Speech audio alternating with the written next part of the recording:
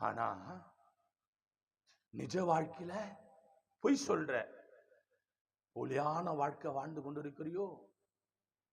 யோசிச்சு பாரு. உன் நாவிலிருந்து புறப்படுகிற ஒவ்வொரு சொல்லும் தேவனோடு இருக்கிறவர்களை தீட்டுப்படுத்துது. அல்லேலூயா. மேட்டின்மையான கண்ணு. தேவன் சொன்னாரு, தன்னை உயர்த்துகிறவன் தாழ்த்தப்படுவான், தன்னை தாழ்த்துகிறவன் உயர்த்தப்படு.